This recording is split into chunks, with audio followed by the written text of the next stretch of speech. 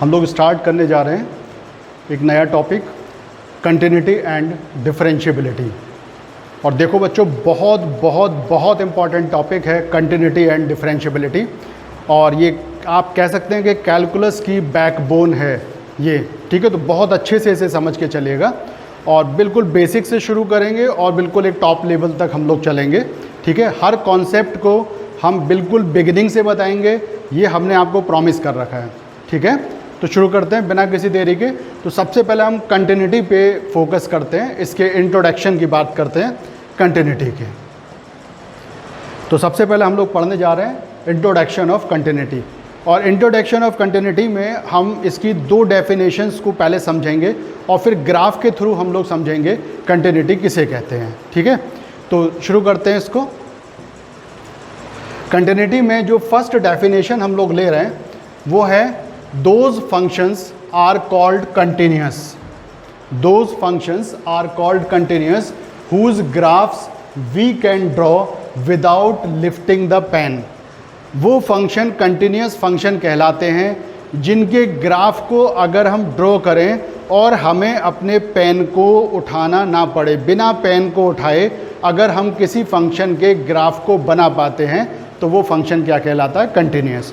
और जिसमें हम पेन उठा लेते हैं उसको कहते हैं डिसकंटिन्यूअस, क्योंकि एक बार पेन उठाया फिर दूसरी जगह पर रख दिया, तो ऐसे फंक्शन को हम लोग कहते हैं डिसकंटिन्यूअस, नॉट कंटिन्यूअस, ठीक है। तो ये फर्स्ट डेफिनेशन हो गई। कौन क्या हो गई फर्स्ट डेफिनेशन? वो फंक्शन जिनके ग्राफ को प्लॉट जब हम लोग करते हैं तो हमें अपना पेन उठाने की ज़रूरत ना पड़े, राइट। इसी में हम थोड़ा सा और इसको डिफरेंट वे में समझते हैं, क्योंकि समटाइम क्या होता है कि ये कन्फ्यूजन हो जाता है कि क्या हमने यहाँ पे पेन उठाया होगा या नहीं उठाया होगा। तो इसको एक और तरह से पढ़ लेते हैं। क्या है कि अगर ग्राफ में कहीं भी आपको कोई कट नज़र आ रहा है, कहीं भी कोई होल नज़र आ रहा है, कहीं कोई गैप नज़र आ रहा है, तो इसका मतलब है अगर ग्राफ में कहीं कट है, कहीं गैप है, कहीं होल है, तो इसका मतलब उस पॉइंट से पहले जहाँ पे वो गैप है हमें अपने पेन को उठा के और उस गैप के आगे रखना पड़ा होगा। क्लियर है? तो वो क्लियर है फर्स्ट डेफिनेशन से, वो भी क्या कहलाएगा, कंटिन्यूअस फंक्शन। तो सेकंड डेफिनेशन हमारी क्या होती है? सेकंड डेफिनेशन है a function f x will be continuous at a point x equal to a. कोई फंक्शन किसी पॉइंट पर कंटिन्यूअस कब होगा? If there is no break और कट और होल और गैप। दोबारा समझिए, a function f(x) will be continuous at a point x equal to a if there is no break or cut or hole or gap in the graph of the function y equal to fx। जो हमारा function है अगर हम उसका graph draw करें तो उस graph में, अभी हमने बताया था आपको, कोई भी गैप ना हो, कोई कट ना हो, ठीक है, और कहीं कोई होल ना हो, राइट, उस पर्टिकुलर पॉइंट पर। Otherwise it is discontinuous at that point. Otherwise हमारा फंक्शन क्या कहलाएगा, डिसकंटिन्यूअस कहलाएगा उस पॉइंट पर। तो जिस पॉइंट पर हम कंटिन्यूटी चेक कर रहे हैं उस पॉइंट पर हमारा जो ग्राफ है वो कैसा होना चाहिए, स्मूथ होना चाहिए, राइट। उसके पॉइंट के ऊपर कोई भी गैप या कोई कट नहीं होना चाहिए। और क्लियर करने के लिए हम कुछ यहाँ पे ग्राफ देखते हैं, ठीक है। तो एक पूरा कलेक्शन देखते हैं ग्राफ का और वन बाई वन हम इनको समझते हैं। जैसे फर्स्ट फिगर आपको समझ में आ रहा है, फर्स्ट फिगर में गौर करिए। हम हर फिगर में पॉइंट ए पर चेक कर रहे हैं कि हमारा फंक्शन कंटिन्यूअस है या नहीं, राइट।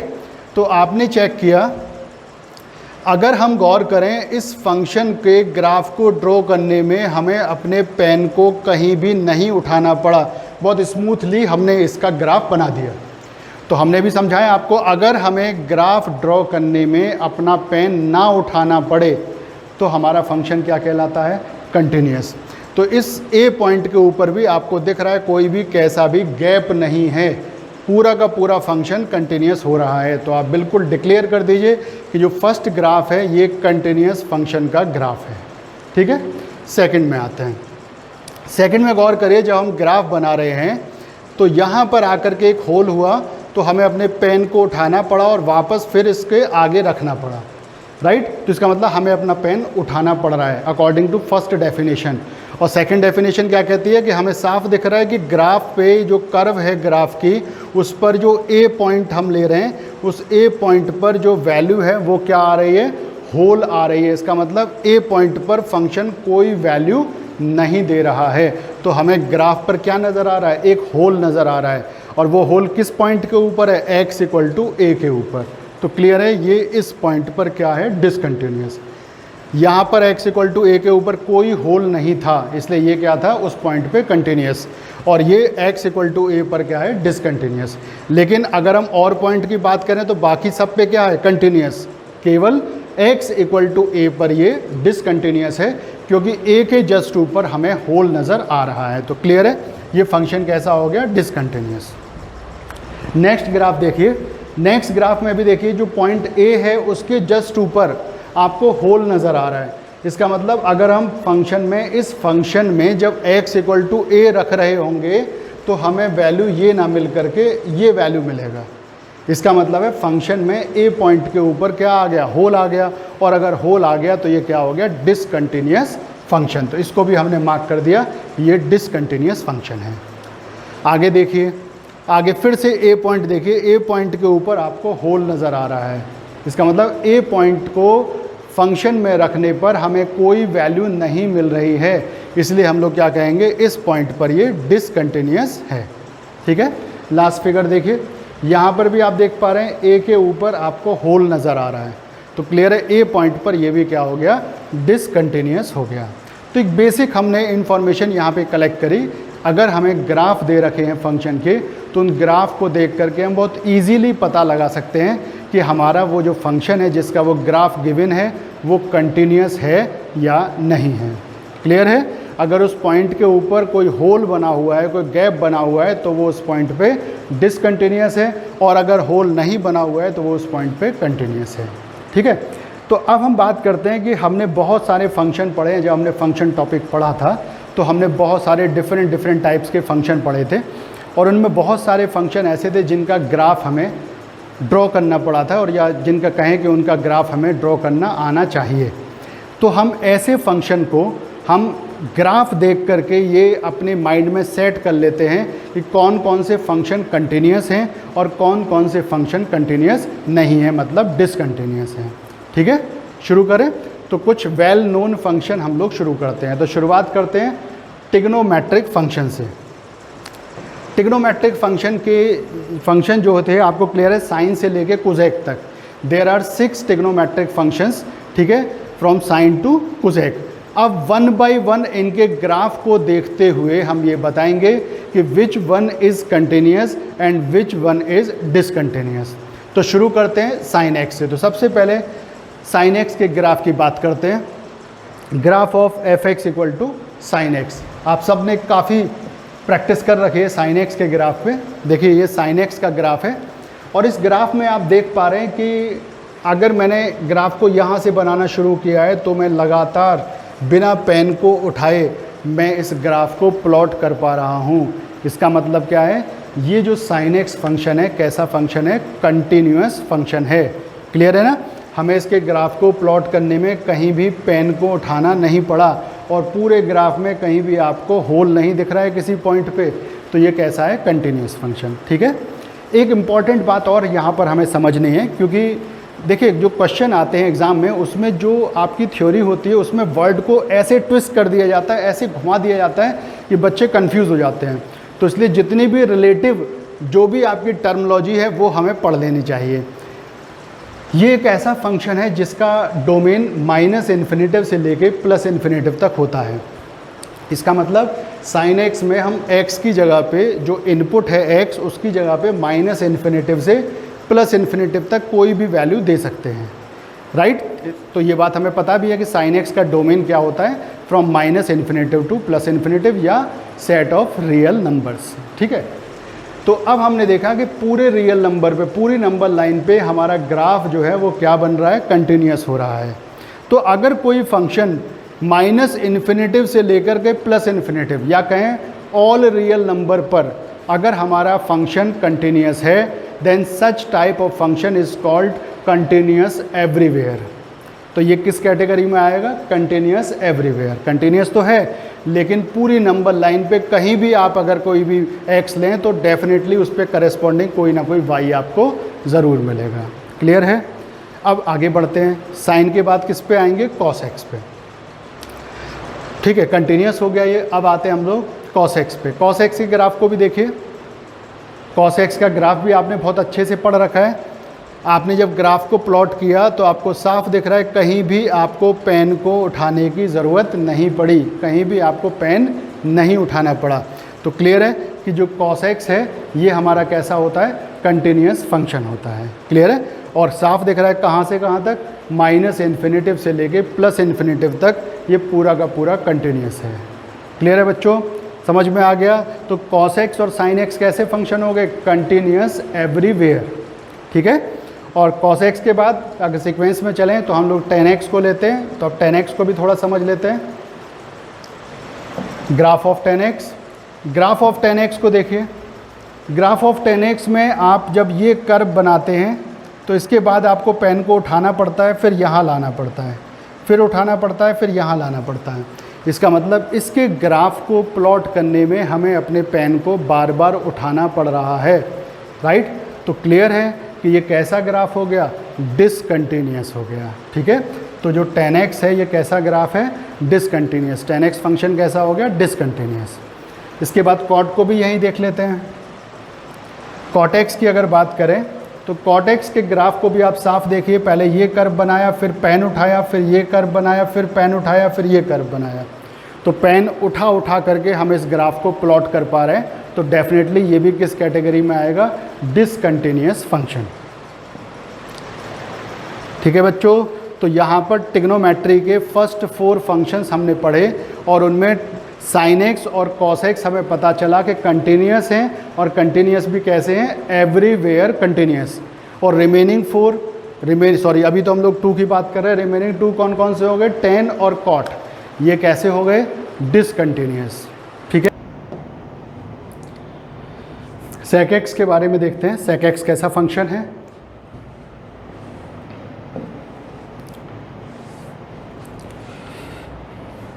दोनों एक साथ पहले हम लोग प्लॉट कर लेते हैं और आपको साफ दिख रहा है यहाँ पर। देखिए sec x और cosec x की अगर हम लोग बात करें तो जो cosec x है वो कैसे बनता है, ये आपको क्लियर है। आपने अपनी हेल्प के लिए बीच में sin x बना रखा है, तो ये इस ग्राफ का पार्ट नहीं है, ये तो केवल आपने अपने ग्राफ को एक्यूरेट बनाने के लिए, अपनी कन्वीनियंस के लिए आपने sin x को ड्रॉ किया है। ग्राफ कौन सा है, जो ऊपर है और इस लाइन से नीचे है। तो क्लियर है, ये कर्व बनाया, फिर पेन उठाया, फिर ये कर्व बनाया, फिर पेन उठाया, फिर ये कर्व बनाया, तो ये किस कैटेगरी में आ गया, डिसकंटिन्यूस। तो क्लियर है, cosec x कैसा हो गया, डिसकंटिन्यूस। और अगर हम लोग sec x की बात करें डियर, तो sec x में हम लोग अपने हेल्प के लिए, जिससे हमें ग्राफ इजीली प्लॉट कर पाएँ, हम लोग कॉस बना लेते हैं बीच में और फिर उसकी हेल्प से हम लोग ये सेक बना लेते हैं। तो इस लाइन से ऊपर और इस लाइन से नीचे आपका सेक है। ये कर्व बनाया, फिर पेन उठाया, ये कर्व बनाया, तो क्लियर कट है कि ये जो sec x है कैसा होगा, डिसकंटिन्यूस फंक्शन। क्लियर है, तो हमने 6 ट्रिग्नोमेट्रिक फंक्शन पढ़ लिए और उन 6 ट्रिग्नोमेट्रिक फंक्शन में अब हमें ये बिल्कुल क्लियर हो चुका है और हमें हमेशा याद भी रखना है कि sin x और cos x ही 2 ऐसे फंक्शन हैं जो एवरीवेयर कंटिन्यूस हैं और बाकी जो फंक्शन है वो डिसकंटिन्यूस फंक्शन है। क्लियर है, ट्रिग्नोमेट्री जो फंक्शन हमने पढ़े ट्रिग्नोमेट्रिक, इसके बाद में हम नेक्स्ट पे चलते हैं, inverse trigonometric function. Inverse trigonometric function को भी थोड़ा समझ लेते हैं कि जैसे ट्रिग्नोमेट्रिक फंक्शन 6 होते थे तो उनके करस्पॉन्डिंग इन्वर्स ट्रिग्नोमेट्रिक फंक्शन जो हैं वो भी 6 होते थे। क्लियर है, तो 1 बाय 1 अब इनको भी समझ लेते हैं कि ये कैसे हैं, कंटिन्यूस हैं या डिसकंटिन्यूस हैं। स्टार्ट करते हैं किससे, साइन इन्वर्स एक्स से। तो साइन इन्वर्स एक्स का ग्राफ आप लोगों ने बहुत अच्छे से ये ग्राफ प्रैक्टिस कर रखे हैं और अगर किसी को प्रॉब्लम है तो दूसरे वीडियो में जा कर के आप देख सकते हैं। बिल्कुल A to Z हमने समझाया है कि कैसे आप ग्राफ प्लॉट करते हैं। ठीक है, क्योंकि ये ग्राफ जो है ये रटे नहीं जा सकते। अगर आप रटेंगे ग्राफ को तो आपको एग्ज़ाम में डेफिनेटली आपको क्या देंगे, धोखा दे जाएंगे। ठीक है, तो इसलिए आपको क्या करना है, इनको ड्रॉ करना आना चाहिए। राइट, तो हम साइन इन्वर्स एक्स की अगर बात करें तो साइन इन्वर्स एक्स का अगर आप देखिए यहाँ से शुरू हो रहा है और यहाँ तक बन रहा है, यहाँ से यहाँ तक बन रहा है। जब मैंने ग्राफ ड्रॉ करना चाहा तो मुझे अपने पेन को उठाने की ज़रूरत नहीं पड़ी। तो इसका मतलब ये किस कैटेगरी का ग्राफ हो गया, कंटिन्यूस। तो साइन इन्वर्स एक्स कैसा फंक्शन है, कंटिन्यूस फंक्शन है। What about cos inverse X, देखिए इसके ग्राफ को, कॉस इनवर्स एक्स का ग्राफ आपके सामने है। इसको भी जब आपने देखा तो आपने गौर किया कि हमें अपने पेन को उठाना नहीं पड़ा, तो क्लियर है कॉस इनवर्स एक्स भी कैसा फंक्शन हो गया, कंटिन्यूस फंक्शन हो गया। क्लियर है। आगे बढ़े, टेन इनवर्स एक्स। जब हमने टेन इनवर्स एक्स का ग्राफ बनाया तो इस ग्राफ को हमने कुछ इस तरीके से बनाया। गौर करिए, यहाँ से शुरू किया और यहाँ पे ख़त्म किया, तो यहाँ पर भी हमें पेन उठाने की ज़रूरत नहीं पड़ी, इसलिए टेन इनवर्स एक्स भी कैसा होगा, कंटिन्यूस फंक्शन। एक कन्फ्यूजन अपने दिमाग से दूर कर लीजिए, टेन एक्स कैसा है, डिसकंटिन्यूस फंक्शन, लेकिन टेन इनवर्स एक्स कैसा है, कंटिन्यूस फंक्शन। ठीक है, तो अभी तक हमने तीन पढ़े, sign inverse x, cos inverse x और टेन इनवर्स एक्स, और ये तीनों के तीनों कैसे हैं, कंटिन्यूस फंक्शन। अब बाकी पे चलते हैं, कॉट इनवर्स एक्स पे आते हैं भाई। Cot inverse X, cot inverse X के ग्राफ को देखिए, ये कॉट इनवर्स एक्स का ग्राफ है। आपने जब ग्राफ को प्लॉट किया तो आपको पेन को नहीं उठाना पड़ा, तो बिल्कुल क्लियर कट ये आपका क्या है, कंटिन्यूस फंक्शन। ठीक है, ये भी कॉट एक्स की अगर बात करें तो डिसकंटिन्यूस था, लेकिन कॉट इनवर्स एक्स के केस में ये कैसा है, कंटिन्यूस है। ठीक है, आगे बात करते हैं sec inverse X. Sec inverse X देखिए, कुछ लोग ये सोच रहे थे कि अगर 10 वहाँ पे क्या था, डिसकंटिन्यूस, तो यहाँ पे कंटिन्यूस है। कॉट वहाँ पे डिसकंटिन्यूस था, यहाँ पे कंटिन्यूस है। तो सेक वहाँ पे डिसकंटिन्यूस था, यहाँ पे कंटिन्यूस होगा। तो भाई ऐसी प्रेडिक्शन मत किया करो मैथमेटिक्स में। ठीक है, मैथ्स में फैक्ट के साथ चलते हैं, गलतियाँ हो जाती हैं अगर हम लोग इस तरीके के कुछ जादू टोने करते हैं तो।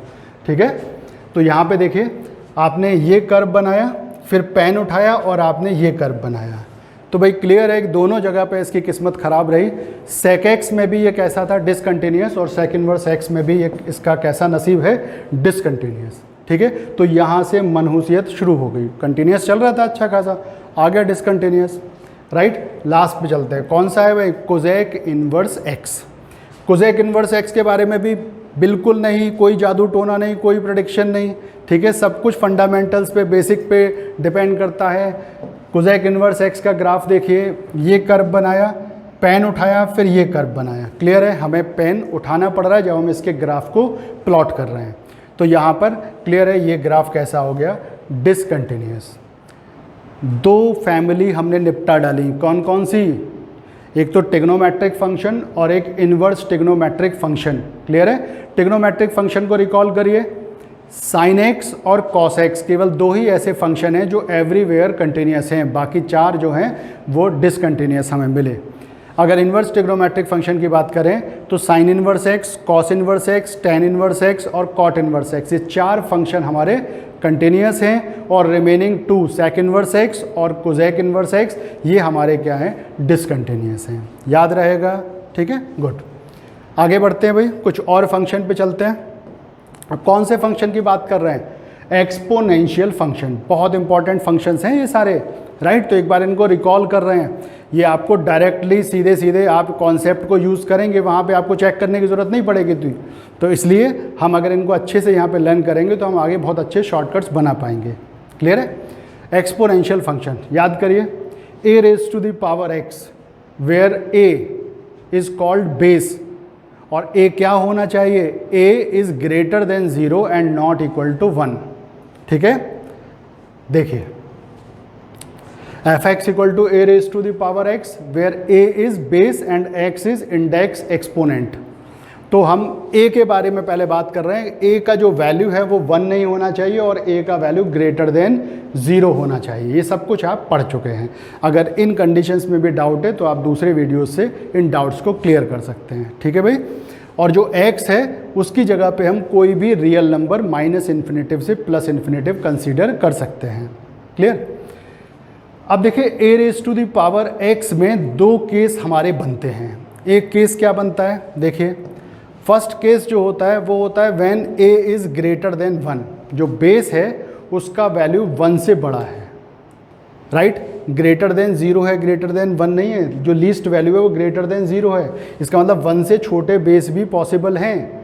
1 से छोटे कैसे आएंगे, पॉइंट में, राइट। तो एक आपका केस बन गया जिसमें a ग्रेटर देन 1 है, और जब आप इसका ग्राफ बनाते हो तो इसका ग्राफ कुछ इस तरीके से बनता है। राइट। और दूसरा केस आता है when A lies between 0 and 1। अगर ए का वैल्यू 0 और 1 के बीच में आ रहा है, स्मॉलर देन 1 आ रहा है, क्लियर है, लेकिन पॉजिटिव आ रहा है, तो उस केस में जो ग्राफ है वो हमारा कुछ ऐसे बनता है।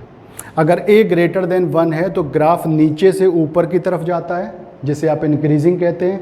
और अगर ए लाइज बिटवीन 0 एंड 1 है तो ग्राफ ऊपर से नीचे की तरफ आता है, जिसे हम डिक्रीजिंग कहते हैं, क्लियर।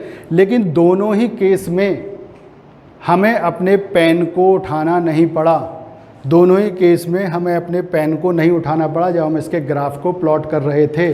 तो क्लियर है, दोनों ही कैसे फंक्शन हो गए भाई, दोनों ही कंटिन्यूस फंक्शन हो गए, क्लियर है, ठीक है। अच्छा, अब यहाँ पे आप गौर करिए इसकी डोमेन क्या है। साफ दिख रहा है x बिलोंग्स टू r, और x ही डोमेन होता है, जो इनपुट होता है वही डोमेन होता है। तो अगर इसकी डोमेन r है, मतलब माइनस इन्फिनेटिव से प्लस इन्फिनेटिव तक ग्राफ लगातार कंटिन्यूस हो रहा है, तो एक्सपोनेंशियल फंक्शन को क्या कहेंगे, कंटिन्यूस एवरीवेयर। क्लियर है, बताया था ना, जो माइनस इन्फिनेटिव से प्लस इन्फिनेटिव तक फंक्शन कंटिन्यूस होते हैं उनको कहते हैं कंटिन्यूस एवरीवेयर। हमने दो और पढ़े, साइन एक्स और कॉस एक्स, वो भी कंटिन्यूस एवरीवेयर है क्योंकि उनकी डोमेन भी r होती है, क्लियर है।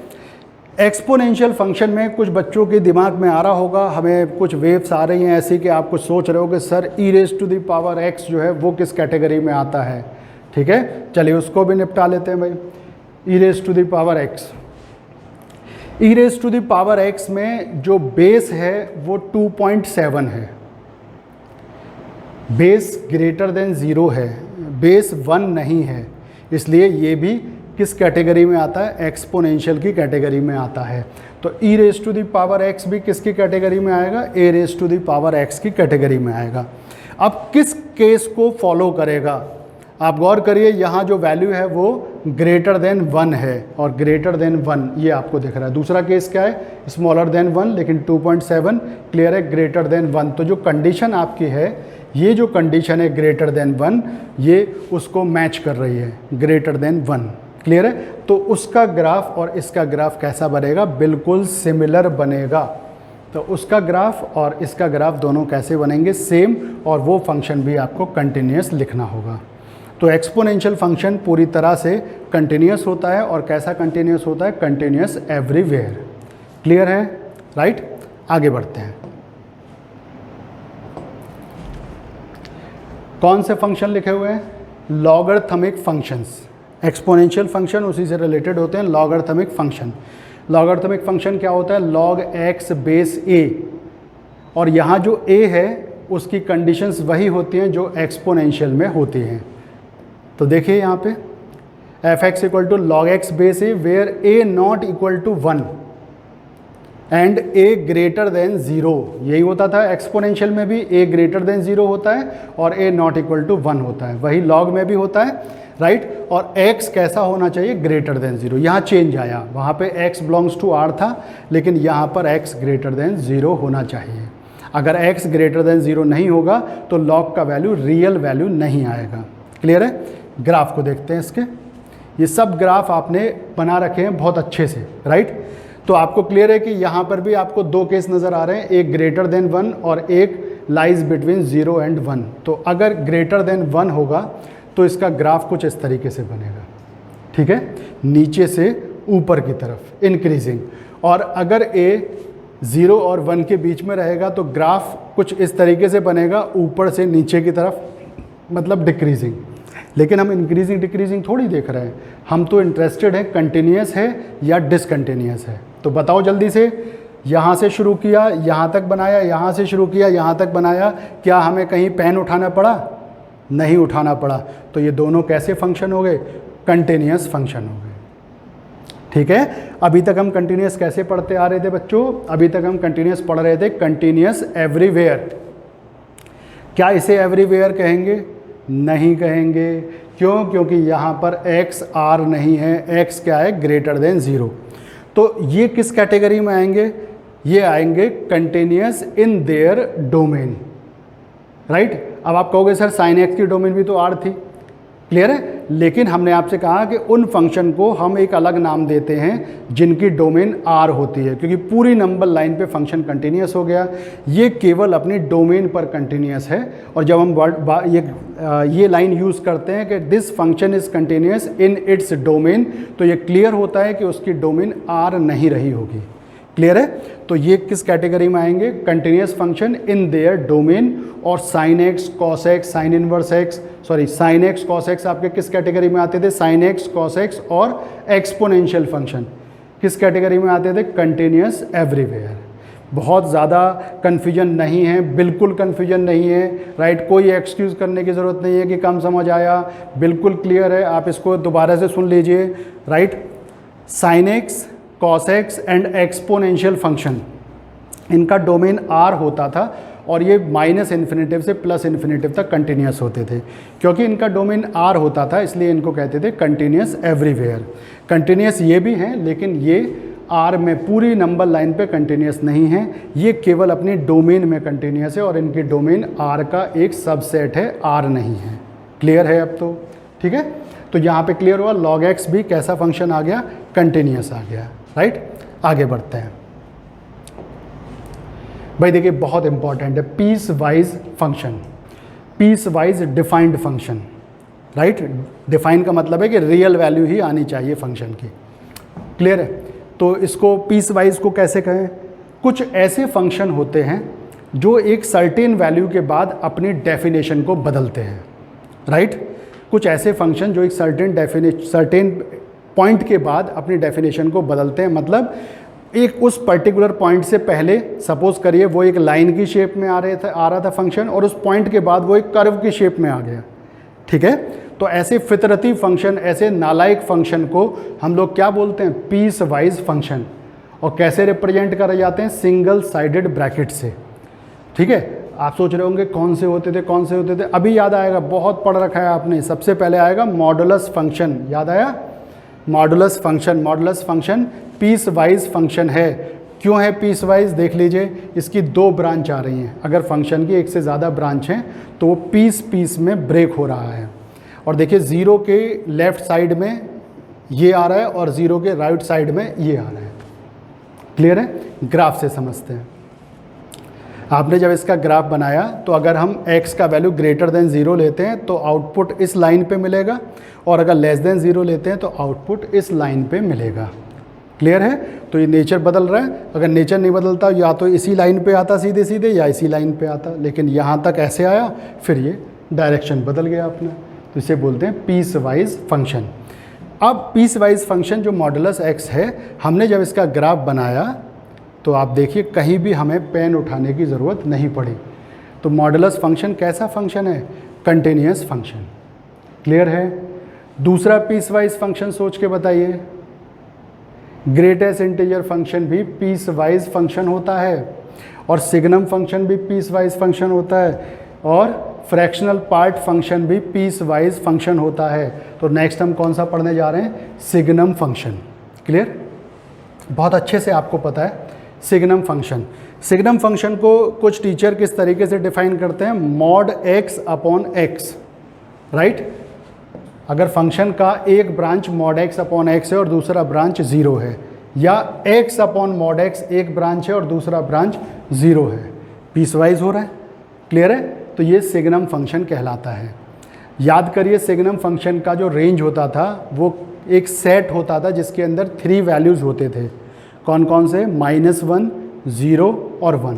कौन कौन से? -1, 0 और 1। तो सिग्नम x में आप कुछ भी वैल्यू रखो, आपको क्लियर है 3 ही वैल्यू मिलनी है। और किस तरीके से मिलती हैं ये आप पढ़ चुके हैं। अगर x ग्रेटर देन 0 है तो हमेशा आपको 1 मिलेगा। अगर सिग्नम में इनपुट आप 0 दे रहे हो तो हमेशा आपको आउटपुट 0 मिलेगा। अगर सिग्नम में इनपुट आप नेगेटिव वैल्यू दे रहे हो तो आउटपुट हमेशा आपको -1 ही मिलना है। और अगर इसके ग्राफ को हम एक बार देखें तो इसका ग्राफ कुछ इस तरीके से बनता है। 0 पर 0, अगर वैल्यू हम ग्रेटर देन 1 ले रहे हैं, ग्रेटर देन 0 ले रहे हैं तो आपको हर बार आउटपुट 1 मिल रहा है। और अगर हम वैल्यू स्मॉलर देन 0 ले रहे हैं तो आपको हर बार आउटपुट -1 मिल रहा है। और अब आप देखिए इसमें आपको 2 गैप नज़र आ रहे हैं, 2 होल नज़र आ रहे हैं। इन 2 होल की वजह से हम इसको क्या कह रहे हैं, सिग्नम फंक्शन। पेन भी उठाना पड़ रहा है, पहले हमने ये बनाया, फिर हमने ये बनाया, फिर हमने ये बनाया, तो पेन उठा उठा करके हम लोग बना रहे हैं, इसलिए भी ये क्या है, डिसकंटिन्यूअस फंक्शन। तो पीस वाइज में अभी तक हमने दो पढ़े, एक मॉडुलस और एक सिग्नम फंक्शन। मॉडुलस कैसा हो गया, कंटिन्यूअस, और सिग्नम कैसा हो गया, डिसकंटिन्यूअस फंक्शन। ठीक है, अभी हमने आपको कितने बताए थे, 4 बताए थे। तो आगे बढ़ते हैं, ग्रेटेस्ट इंटीजर फंक्शन की तरफ बढ़ते हैं। ग्रेटेस्ट इंटीजर फंक्शन, राइट, किस तरीके से डिनोट किया जाता है, अगर स्क्वायर ब्रैकेट के अंदर x लिखा हुआ है, राइट, स्क्वायर ब्रैकेट के अंदर अगर x लिखा हुआ है और ये मेंशन भी हो रहा है कि ग्रेटेस्ट इंटीजर फंक्शन है, तो क्लियर है कि ये ग्रेटेस्ट इंटीजर फंक्शन रहेगा, राइट। अगर हम इसके ग्राफ की बात करें तो इसका ग्राफ जो है वो कुछ इस तरीके से बनता है, जो कि कोई भी आप पकड़ के किसी से भी पूछ लीजिए भाई ये ग्राफ कंटिन्यूस हो रहा है या डिसकंटिन्यूस, तो क्लियर है वो भी बता देगा कैसा हो रहा है, डिसकंटिन्यूस, बार बार पेन उठाना पड़ रहा है। ठीक है, तो ये भी क्या हो गया, डिसकंटिन्यूस फंक्शन हो गया। कौन सा आएगा, फ्रैक्शनल पार्ट फंक्शन। याद करिए, अगर x कर्ली ब्रैकेट के अंदर रखा हुआ है तो उसे हम कहते थे फ्रैक्शनल पार्ट फंक्शन, और इसकी वैल्यू को कैसे निकाल सकते थे, x minus greatest integer x करके भी। और अगर हम इसके ग्राफ की बात करें तो देखिए, पहले ये लाइन बनाया, फिर पेन उठाया, फिर ये लाइन, फिर पेन उठाया, ये लाइन, तो बार बार हमें पेन उठाना पड़ रहा है, इसलिए ये भी कैसा हो गया, डिसकंटिन्यूअस फंक्शन हो गया।